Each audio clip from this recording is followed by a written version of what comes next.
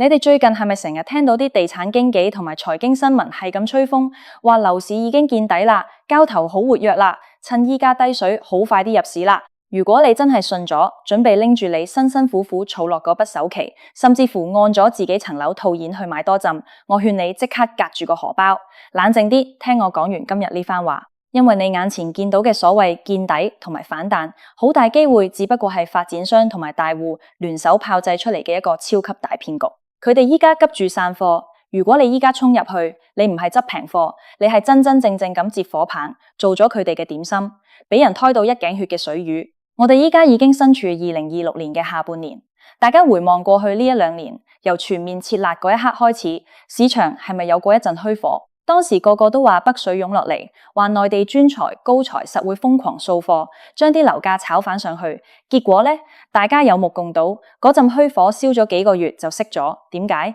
因為真正嘅大數據同埋宏觀經濟基本面根本就撐唔起香港依家個樓價。但係啲既得利益者，即係嗰啲揸住大量蟹貨嘅大戶、發展商，仲有靠佣金食飯嘅經紀，佢哋係絕對唔會話俾你聽真相嘅。佢哋只會攞住某1-2個屋苑少少微升嘅成交，或者一啲發水嘅睇樓量，去營造一個錯失恐懼嘅氣氛，逼你落跌。我哋首先講下最核心嘅問題，就係供應量同埋庫存。大家知唔知依家發展商手頭上有幾多貨尾？如果連埋已經批咗預售樓花同意書，但係又未賣嘅單位，加埋閒閒地成幾萬夥，呢個數字係咩概念？即係就算香港人瘋狂咁買，每日都有大量成交，都要好幾年先至可以完全消化得晒呢批貨。你諗下，發展商借銀行錢起樓係要俾利息蟹，依家息口企喺咁高位，佢哋每拖一日，啲利息支出就係天文數字。所以你見到今年即係2026年，各大發展商係點樣賣樓？佢哋係劈價訂貨，狂推回贈。表面上將價單好似無跌得咁勁，但係私底下俾你嘅現金回贈、送車位、送家私，甚至乎包埋你頭幾年嘅管理費，計埋個實際尺價根本就係時光倒流，跌返去7-8年前，甚至10年前嘅水平。如果個市真係見底，如果啲大戶真係覺得後市會升，佢哋做咩要咁急劈價走貨？答案好明顯，因為佢哋知道後市仲有得跌，依家唔走，遲啲想平手，走都走唔甩。你試下代入一個大戶或者資深投資者嘅心態去諗，一個阿伯活到70-80歲，經歷過1997年金融風暴、2003年沙士、2008年雷曼兄弟爆煲，佢哋見慣風浪，對市場嘅嗅覺最敏銳。呢批人依家做緊咩？佢哋係靜靜雞咁將手頭上收租嘅物業減磅，因為依家定期存款或者買美債嘅回報，隨時高過香港樓嘅租金回報。你諗下，一層幾千萬嘅樓，收得嗰2-3厘租，仲要交物業稅、減回電海、割煙菜、二馬箭、割煙菜、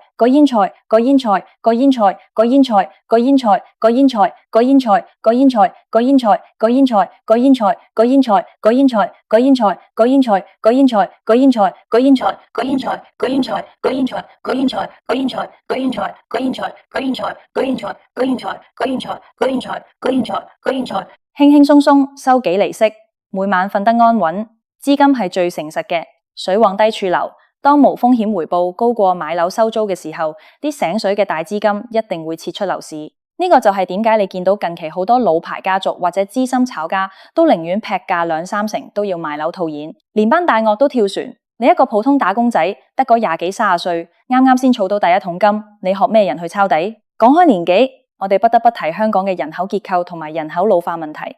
依家香港嘅出生率係全球包尾咁滯，好多後生仔女都選擇唔生 BB， 或者直頭帶埋小朋友移民。過去幾年流失咗幾十萬勞動人口，呢班人好多都係中產，係最有能力買樓供樓嘅一群。佢哋賣咗香港層樓，帶住啲錢走咗，呢個係實打實嘅資金同購買力流失。好啦，政府話引入好多高才通專才嚟補充，但係大家要認清一個現實，呢班嚟香港嘅專才，佢哋係咪真係會即刻攞幾百萬出嚟買樓？未必。第一，佢哋好多人都係抱住觀望態度，落嚟做嘢攞個身份，老婆仔女可能仲喺上面，多數都會選擇租樓先。第二，內地依家嘅經濟環境大家都知，內房爆煲，地方債務問題，好多內地有錢人手頭上都唔係咁鬆動，資金出境亦都受到嚴格管制，所以靠內地專才去托起香港幾萬蚊一尺嘅樓價，根本就係一個美麗嘅誤會。當一個城市嘅30歲到50歲最具消費力同買樓能力嘅人口不斷減少，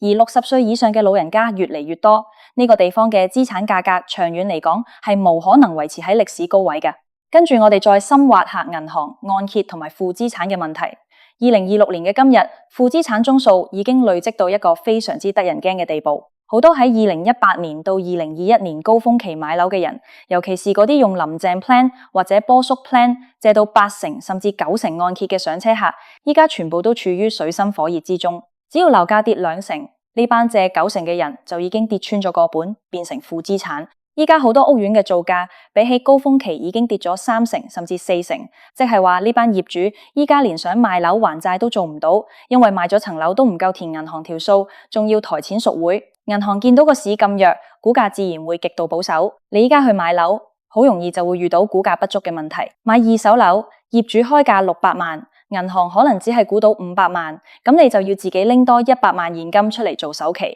呢個門檻直接將好多想買樓嘅人拒之門外。當銀行收緊水喉，唔肯輕易批按揭，市場嘅流動性就會枯竭。你以為銀行真係咁好死，見你負資產都唔 call on，要求提前還款？錯啦，銀行打開門做生意，最睇重嘅係風險管理。只要你準時供樓，佢哋暫時未必會搞你。但係如果經濟進一步轉差，失業率一升，啲人開始斷工，銀行為咗自保，就會毫不留情咁沒收啲樓去拍賣。到時市場上就會湧現大量銀主盤。銀主盤嘅特點就係要錢唔要貨，銀行只求盡快套現填數，所以拍賣價通常都會比市價低一截。呢批平價銀主盤一出街，就會將成個二手市場嘅價格進一步拖垮，形成一個惡性循環，樓價就會出現螺旋式下跌。呢個就係2026年下半年香港樓市最致命嘅其中一個連鎖反應。大家可能仲會心存僥倖，覺得美國聯儲局減息啦，共息口一落，樓價就會升反啦。呢個係好多散戶嘅思維盲點。減息係咪一定代表樓市會升？絕對唔係。你要睇下聯儲局點解要減息。如果係因為美國經濟出現衰退，甚至乎有硬着陸嘅風險而被迫減息救市，咁全球經濟大環境都會跟住衰退。香港作為一個高度外向型嘅經濟體，點可能獨善其身？經濟唔好，公司裁員、凍薪，打工仔連份工都隨時保唔住，邊有心情同埋能力去買樓？再者，香港嘅銀行體系有自己嘅結餘同埋資金成本考慮，美國減息，香港嘅最優惠利率 P 息未必會即時跟足。你依家供樓嘅實際按揭息率依然係處於一個相對吃力嘅水平。唔好忘記，過去10幾年香港樓市之所以可以升到咁瘋狂，係建基於史無前例嘅超低息環境。當年啲人供樓利息得1厘幾，依家就算美國減息，息口都好難返去當年嗰種接近0嘅水平。高息環境常態化，意味住買樓嘅持有成本大幅增加，樓價根本無條件重演以前嗰種瘋狂升幅。我哋再睇睇地區發展，近年政府大力發展北部都會區同埋交椅洲人工島，呢啲長遠規劃聽落好宏大，但係對於依家嘅樓市嚟講，其實係一個巨大嘅潛在供應炸彈。北部都會區未來會提供幾十萬個住宅單位，呢啲單位會喺未來10年、20年陸續落成。當市場知道未來會有源源不絕嘅供應，你覺得啲人仲會唔會心急依家高追？更加唔好提啟德嗰個重災區啦。當年啲發展商高價搶地，起埋一大堆納米樓或者千萬豪宅，點知個單軌列車又話唔起 ，CBD2 嘅規劃又雷聲大雨點小。依家啟德成個區積壓咗海量嘅新盤，發展商為咗清貨，真係爭崩頭，互相踐踏式咁劈價。啟德嘅樓價冧，連帶周圍觀塘、九龍灣，甚至成個九龍區嘅二手樓都要跟住插水。呢個就係供應過剩帶來嘅直接後果。仲有一點好重要，就係香港人嘅消費模式同埋心態已經發生咗根本性嘅轉變。以前大家覺得買磚頭係必賺，係發達嘅唯一捷徑，有買貴無買錯呢句說話害死咗唔少人。依家呢，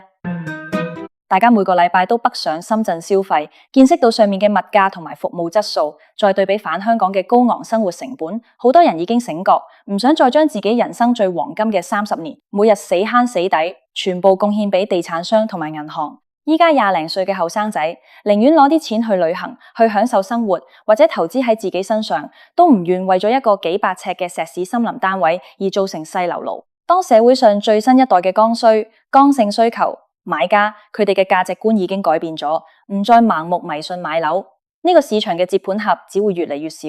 無人接貨，樓價點升？我喺度奉勸各位，千萬唔好被嗰啲所謂嘅利好消息蒙蔽雙眼。乜嘢專才入市、減息週期重臨、樓價跌無可跌，呢啲全部都係話術，係大戶用嚟麻醉你、引誘你入局嘅迷幻藥。你要記住，大戶散貨係需要時間同埋流動性嘅。如果個個都睇淡，個市死寂一片，佢哋啲貨根本走唔甩。所以佢哋必須要營造出一種樓市回暖嘅假象，一啲喉舌出嚟唱好，等嗰啲定力唔夠、心急想上車嘅散戶，以為真係有平貨執，心甘情願咁送啲錢入去。2026年下半年，香港樓市將會面臨一個真正嘅大考驗。隨住更多嘅經濟數據出爐，失業率嘅真實情況浮現，以及發展商迫於資金壓力而進行更深幅度嘅劈價，二手市場嘅業主心理防線將會徹底崩潰。到時你見到嘅唔會係微跌，而係恐慌性嘅拋售。如果你喺呢個時候選擇入市，你買嘅唔係安樂窩，而係一個隨時令你萬劫不復嘅無底深淵。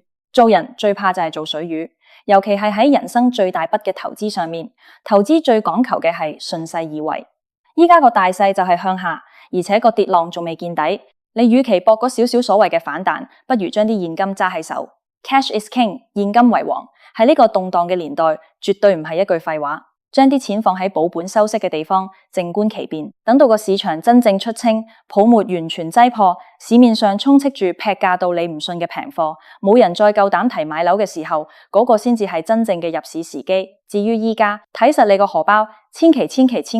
唔好去做大戶嘅點心。